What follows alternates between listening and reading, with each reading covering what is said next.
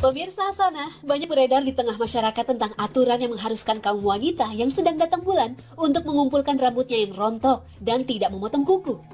Dan kalaupun terpaksa, maka rambut rontok dan potongan kuku harus dikumpulkan, lalu ikut dimandikan saat dia mandi janabah setelah masa haid telah selesai.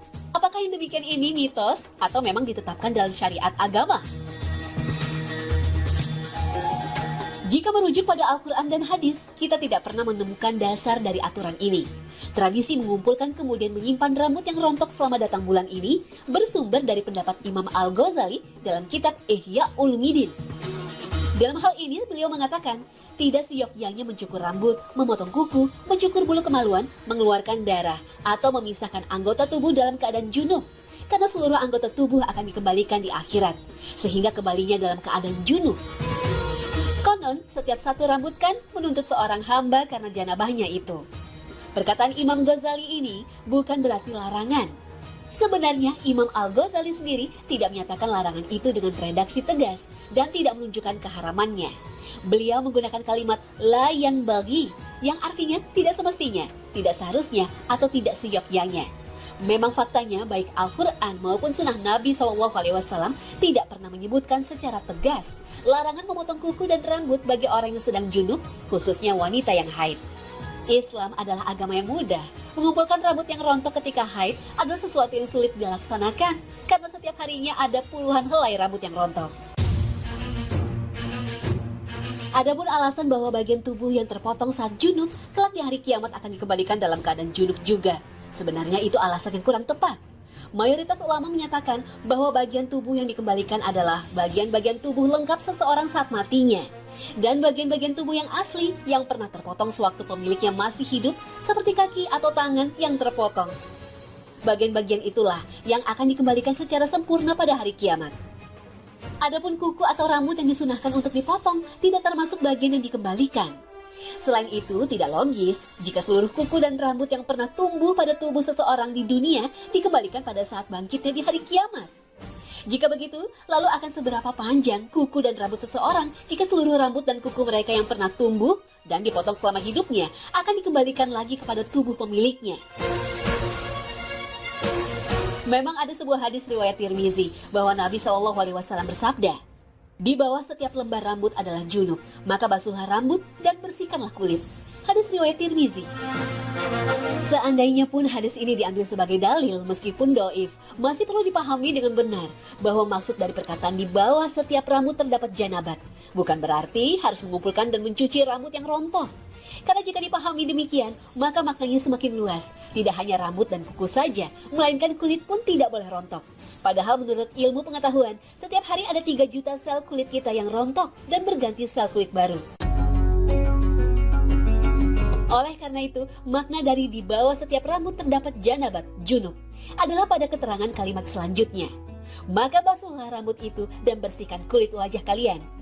Yaitu agar ketika mandi janabat atau mandi wajib, agar menyekat semua bagian tubuh dengan seksama, termasuk ke sela-sela rambut dan mencuci muka. Hal ini sebagai penegasan agar hal itu tidak terlewatkan. Maka konteks waktu dan situasi dari kalimat hadis yang menyebutkan di bawah setiap rambut terdapat janabat, junub, maknanya adalah ketika mandi junub dan bukan sebelum mandi atau selama haid. Oleh karena itu, ketika Aisyah radhiyallahu anha melaksanakan haji, lalu tiba-tiba datang haid, Nabi SAW malah menyuruhnya untuk menyisir rambutnya. Hal ini dituturkan sendiri oleh Aisyah radhiyallahu anha. Kami keluar bersama Rasulullah SAW pada haji wada. Kami bertalbiyah dengan umroh.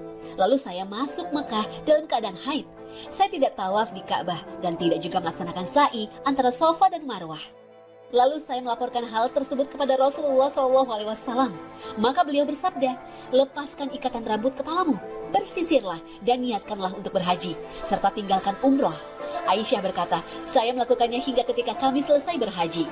Hadis riwayat Bukhari, Muslim, Abu Daud, Ahmad, dan Imam Malik. Sudah barang tentu, seorang wanita yang bersisir secara alami akan membuat sebagian rambutnya rontok.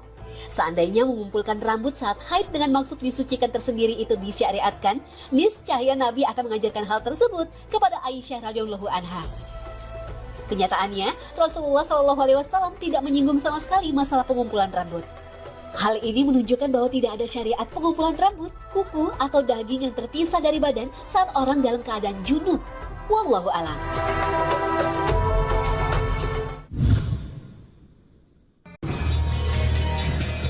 Pemirsa, jika suami istri bercerai, siapakah yang berhak mendapatkan hak asuh anak? Jangan kemana-mana, sesaat lagi Hasanah segera kembali. Pemirsa Hasanah, banyak orang yang berpikir perceraian merupakan jalan bagi pasangan suami istri yang sudah tidak bisa bersatu lagi untuk menyelesaikan masalahnya. Padahal, tidaklah demikian.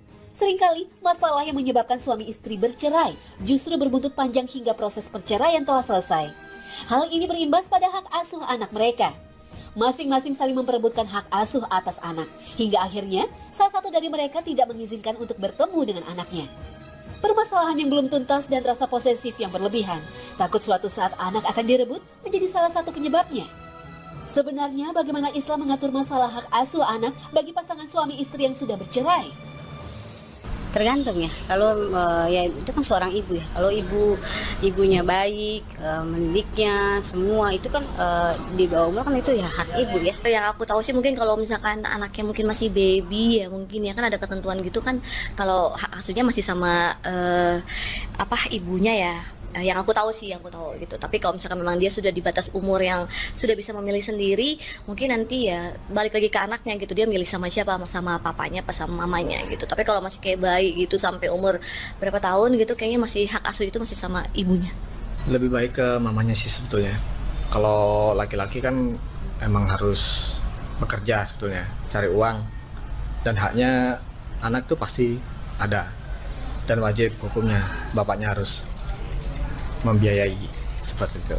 Kalau pisah itu cerai itu sebetulnya sama masih menjadi keluarga utuh sama aja sebetulnya posisinya. Jatuhnya laki-laki juga akan tetap membiayai sang anaknya seperti itu. Idealnya bapak ibu tuh tetap menjadi orang tua gitu. Jadi tetap kerjasama ya walaupun bercerai tapi ya idealnya kan bapak ibu tetap kerjasama. Cuman ya karena secara hukum aja harus ada kejelasan buat si anak di mana. Tapi intinya kalau buat saya mau di bapak mau di ibu idealnya adalah peran orang tua itu tidak berubah gitu. Jangan jadi rebutan itu aja. Menurut aku sih ke tangan ibunya ya. Kenapa gitu? Soalnya kayak ibu lebih tahu aja menurut aku. Untuk anak kayak lebih klop anak ke ibu nih. Dan kebanyakan juga pasti anak ke ibu. Dan bapaknya juga pasti ya udahlah ke ibu aja. Maksudnya bapaknya kayak juga ngerti pasti nih anak lebih butuh ibunya daripada bapaknya. Oke, saya awali dengan saya sejujurnya nggak tahu apa-apa soal pernikahan dan punya anak ya. Mohon maaf nih, sejauh banget kita ya, jadi nggak ngerti tuh urusan rumah tangga dan lain-lain. Tapi dari pengalaman selama ini yang saya tahu bahwa memang untuk anak-anak yang di bawah umur itu ke ibu yang saya tahu. Dari selama ini berita-berita yang saya bawain juga, dari apa yang saya dengar dari pengalaman keluarga saya, biasanya gitu. Setelah anak ini nanti dewasa baru kemudian diberikan kesempatan untuk memilih. Kecuali ini yang secara hukum ya, secara hukum negara kita nih, kecuali memang ada hal-hal yang memberatkan sang ibu baru kemudian sang ayah yang diberikan hak asuh. Itu yang saya tahu.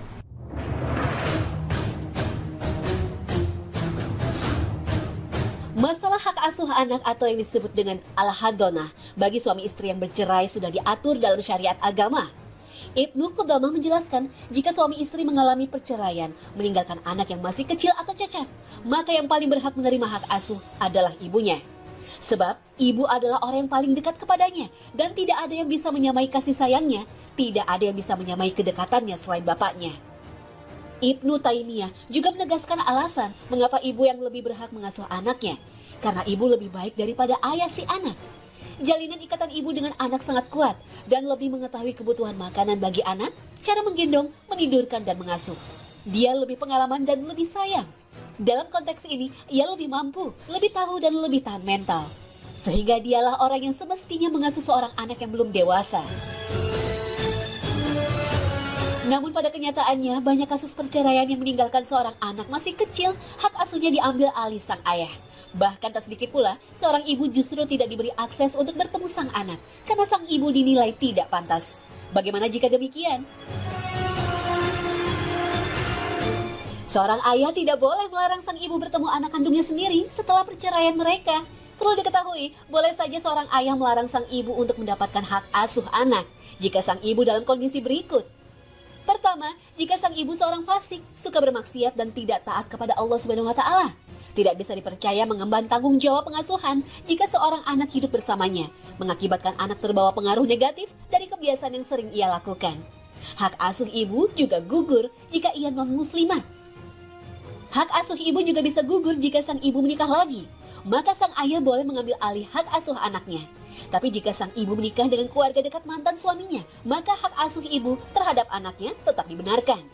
Namun jika semua kondisi itu sudah tidak ada, misalkan wanita yang fasik sudah bertaubat, yang kafir sudah kembali ke Islam, dan yang sudah menikah lagi sudah kembali bercerai, maka seorang ibu boleh memegang hak asuh anaknya kembali.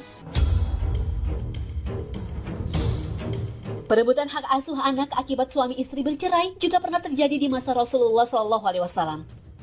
Abdullah bin Amr menuturkan bahwasannya ada seorang wanita pernah mendatangi Rasulullah mengadukan masalahnya.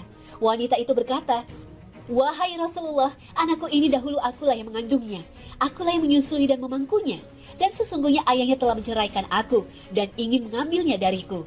Mendengar pengaduan wanita itu, Rasulullah SAW pun menjawab, "Engkau lebih berhak mengasuhnya selama engkau belum menikah."